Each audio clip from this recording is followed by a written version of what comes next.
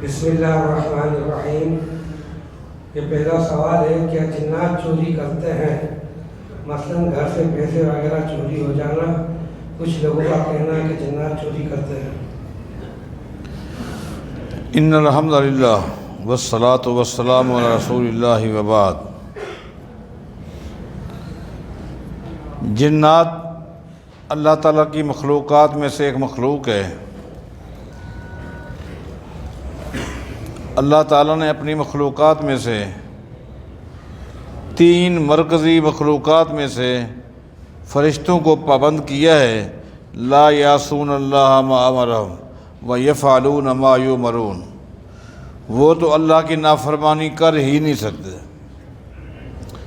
وہ تو پابند ہیں اللہ کے حکم کے۔ باقی بالخصوص یہ جو دو مخلوقات ہیں، ایک انسان ہے اور ایک جن ہے، ان دونوں میں اللہ تعالیٰ کی فرما برداری اور نافرمانی کے پہلو پائے جاتے ہیں۔ ان میں اچھائی اور برائی والے ہر طرح کی ٹیمیں پائی جاتی ہیں۔ تو جس طرح انسان کسی کو پریشان کرتا ہے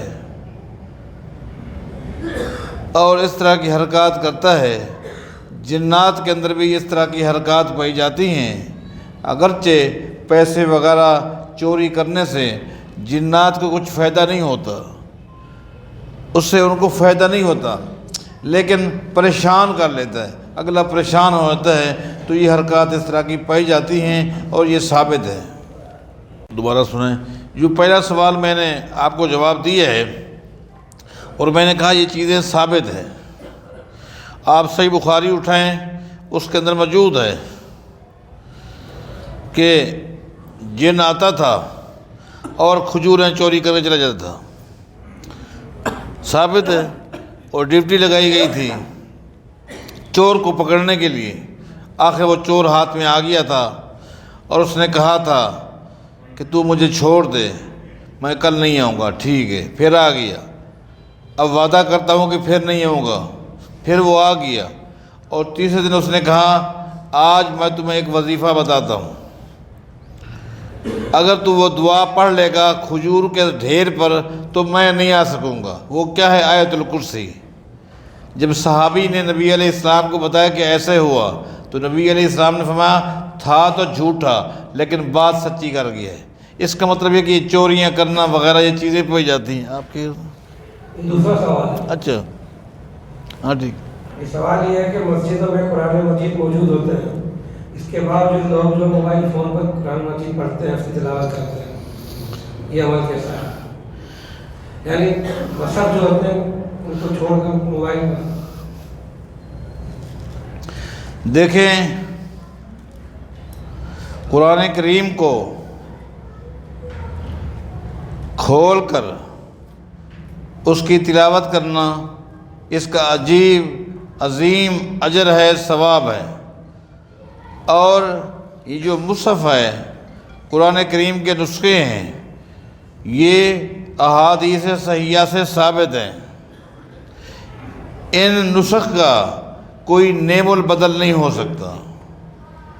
یہ آپ کا موبائل کے اندر قرآن کریم کا موجود ہونا، تلاوت کرنا صحیح ہے، تلاوت کر سکتے ہیں، لیکن یہ اس کے برابر نہیں ہو سکتا جو قرآن کریم کھول کر مصحف کی شکل میں آپ تلاوت کرتے ہیں۔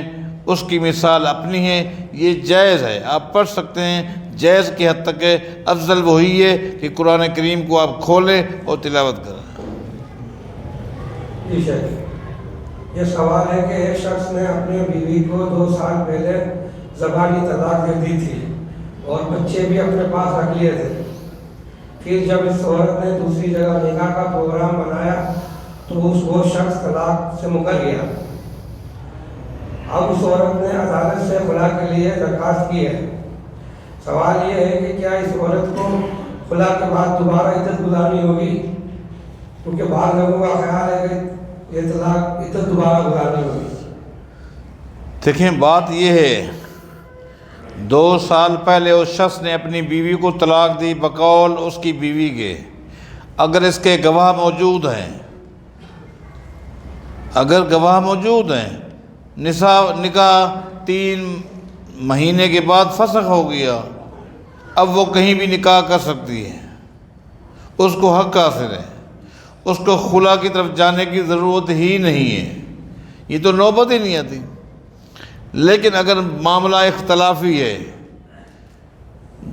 گواہ موجود نہیں ہے، عورت کہتی ہے کہ اس نے 2 سال پہلے مجھے طلاق دی تھی اور رجوع بھی نہیں کیا تھا، خاوند کہتا ہے میں نے کوئی طلاق نہیں دی، اور اس کنڈیشن میں عورت عدالت میں جاتی ہے اور خلا کی درخواست رکھتی ہے اور خلا لے لیتی ہے، تو اس شکل میں اس کو 1 طہر عدت گزارنی ہوگی۔ 1 طہر، 1 طہر کا معنی یہ ہے کہ آج وہ پاکیزہ حالت میں ہے، طہر میں ہے، اور اس نے خلا لے لیا، اس کے بعد جو ہی مینسز آتے ہیں اس کے ختم ہوتے ہی اس کا معاملہ کلیئر ہو جاتا ہے۔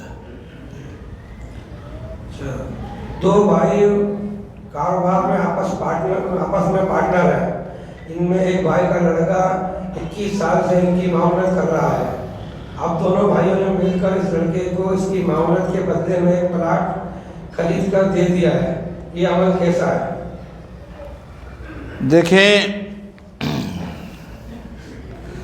مطلقاً حکم یہ ہے، اگر کوئی شخص اپنی زندگی میں اپنی جائیداد میں سے کچھ اپنی اولاد میں تقسیم کرنا چاہے تو نبی علیہ السلام کا فرمان ہے اے دلو بین اولادکم، تو تمام کو برابر کے حساب سے دینا پڑے گا، جتنے بیٹے ہیں جتنا بیٹی ہیں سب کو دینا ہوگا، ایک کو دینا اور باقی کو نہ دینا یہ ناجائز ہے۔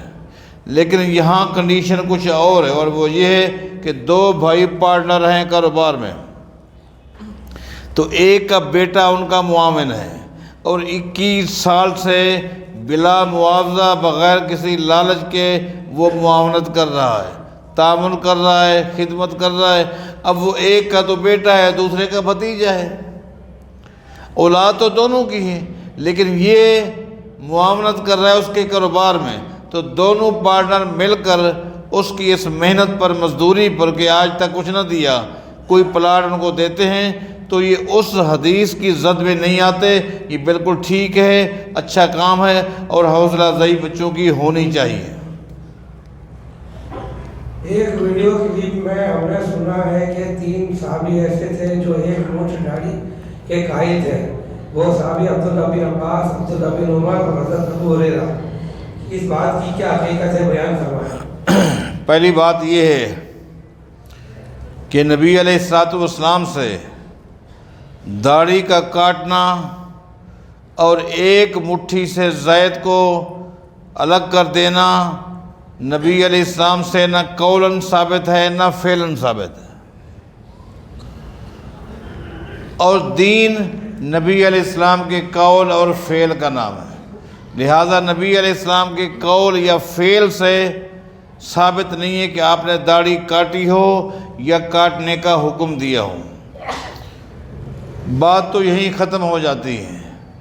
بعض لوگ اپنے کسی عمل کا سہارا کسی صحابی، تابعی، محدث کے فعل سے لیتے ہیں۔ پہلی بات یہ ہے کہ یہ کام نہیں کرنا چاہیے۔ اگر کوئی بندہ غلطی کرتا ہے تو اس کو کسی امتی کے قول یا فعل کا سہارا نہیں لینا چاہیے۔ شریعت اللہ کی وحی کا نام ہے جس میں قرآن اور حدیث موجود ہے۔ البتہ حج کے موقع پر اس طرح بعض صحابہ سے داڑھی کا کاٹنا صحیح احادیث سے ملتا ہے، لیکن مٹھی سے زائد داڑھی کو کاٹنا، یہ جو مٹھی کا لفظ ہے یہ میرے علم میں کہیں بھی نہیں ہے، یہ میرے علم میں بالکل کہیں بھی نہیں ہے۔ لہٰذا عمل مسنون عمل یہی ہے کہ داڑھی کو اس کے حال پہ چھوڑ دیا جائے۔ یہ 3 صحابہ مٹھی سے زائد داڑھی کاٹتے تھے، یہ مٹھی اٹھی کی کہانی یہ میرے علم میں نہیں ہے، جہاں جس جگہ آپ نے سنی ہے ان سے آپ حوالہ مانگیں۔ اور روزہ رسول صلی اللہ علیہ وسلم پر جا کر درود و سلام کیسے پڑھیں؟ دیکھیں، آپ قبرستان جاتے ہیں تو کیا کہتے ہیں؟ آپ قبرستان جاتے ہیں، قبرستان جا کر کیا دعا پڑھتے ہیں؟ السلام علیکم یا اہل القبور۔ یا اصل مسئلہ یا کا ہے، میں سمجھتا ہوں اصل مسئلہ ہے کہ یا ہے۔ جب نبی علیہ السلام کی قبر پہ جائیں تو السلام علیکہ یا رسول اللہ، یا السلام علیکہ یا ابا بکر، السلام علیکہ یا عمر، یہ کہنا کیسا ہے؟ میں اس سے پوچھتا ہوں کسی انسان جس کو آپ جانتے ہیں اس کی قبر پہ جا کر آپ کہہ سکتے نہیں کہہ سکتے یا السلام علیکہ یا ابراہیم یا اسماعیل یا اہل القبور؟ یا اہل القبور سے پہلے بھی تو وہ یا کا لفظ ہے، لہذا یہ کہہ سکتے ہیں۔ لیکن اس سے اگر یہ عقیدہ لینا ہے کہ لہذا اگر کوئی نہیں سنتا تو ہم یا کا لفظ کیوں استعمال کریں؟ میرے بھائی بات یہ ہے کہ یہ ایک دعا ہے۔ یہ کیا ہے؟ ایک دعا ہے، اور دعا کے لیے ضروری نہیں کہ جس کو آپ دعا دے رہے ہیں یا جس کے لیے رحمت کی دعا یا سلامتی کی دعا کر رہے ہیں وہ ضرور سن رہا ہو، ایسی بات بالکل نہیں۔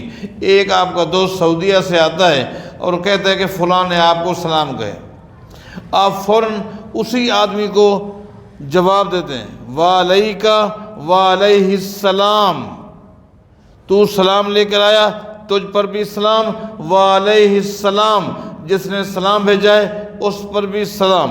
میں پوچھتا ہوں اس نے جب سلام بھیجا تھا آپ سن رہے تھے یا آپ نے سلام کا جواب سلام میں دیا وہ سن رہا ہے؟ پھر نہ کیوں کہتے ہیں؟ یہ ایک دعایا کلمہ ہے، اس کے لیے اگلے کا سننا ضروری نہیں ہوتا۔ کیا اسلام میں رشتے ناطے توڑنا کیسا ہے؟ اس کی وضاحت کریں۔ جو رشتہ توڑتا ہے اس کے ساتھ دینے والے کا کیا انجام ہو؟ دیکھیں نبی علیہ الصلوۃ والسلام نے فرمایا تھا اے اللہ جو رشتوں کو جوڑتا ہے تو اس کو آپ کے اپنے ساتھ جوڑ دے، جو رشتوں کو توڑتا ہے اے اللہ تو بھی اس کو اپنے سے توڑ دے۔ اس سے اور خطرناک لفظ نہیں ہو سکتا کہ رشتے ناتوں کو جوڑنا چاہیے، جو رشتے ناتوں کو جوڑتا ہے، ملاتا ہے۔ اور نبی علیہ السلام کا فرمان ہے جوڑنے کا انداز یہ ہے اگلا آپ کو سلام کا جواب نہیں دیتا، آپ سلام کریں، وہ آپ کی خوشی غمی میں شریک نہیں ہوتا، آپ شریک ہوں، اس کو آپ کا احساس نہیں ہوتا، آپ احساس کریں، آپ اس کے ساتھ ہمدردی کریں، یہ رشتے کو جوڑنا ہے۔ لیکن اگر رشتے کے جوڑنے کی آڑ میں وہ کوئی غلط کام کرتا ہے، غیر شرعی کام کرتا ہے جس کا قرآن و حدیث میں وجود نہیں ہے، اور آپ کو کہتا ہے کہ آپ آئیں، اگر آپ شریک نہ ہوئے میرے فلاں پروگرام میں تو گویا آپ رشتے کو توڑ دیا، یہ توڑنا نہیں ہے، یہ شریعت کا مسئلہ ہے۔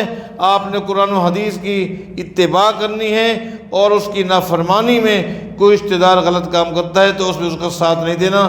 لا طاعۃ لمخلوق فی معصیۃ الخالق، جس کام میں اللہ کی نافرمانی ہو رہی ہو اس میں مخلوق کی بات کو نہیں مانا جائے گا۔ یہ آخری سوال ہے کہ ہم ہر پیس پر 5 روپیہ ایک پیس پر اللہ کے نام پر نکالتے ہیں، اب یہ رقم بہن بیٹی یا بھائی کو دے سکتے ہیں یا نہیں؟ دیکھیں اگر آپ نے نیت کی کہ ہر پیس پہ میں 5 روپے الگ رکھوں گا اور یہ پیسہ میں مسجد میں خرچ کروں گا، پھر تو آپ نے اس پیسے کو مکلف کر دیا کہ مسجد میں آپ نے خرچ کرنا ہے جہاں بھی مسجد کا کام ہو رہا ہوگا۔ آپ نے اگر نیت کر لی یہ 5 روپے جمع ہوں گے میں جہاد میں خرچ کروں گا، اب آپ نے اپنے آپ کو پابند کر لیا لہذا جہاد میں ہی خرچ کریں گے۔ لیکن اگر آپ نے اپنے آپ کو یوں مکلف نہیں کیا بلکہ اللہ کے راستے کے لیے آپ الگ کر کے رکھتے ہیں کہ جہاں ضرورت ہوگی وہاں خرچ کروں گا، اور اگر آپ اپنے کسی بھائی کو، کسی بہن کو، کسی عزیز کو مستحق پاتے ہیں آپ خرچ کریں، اجر بھی ہے اور صلہ رحمی بھی ہے۔ سبحان اللہ، استغفر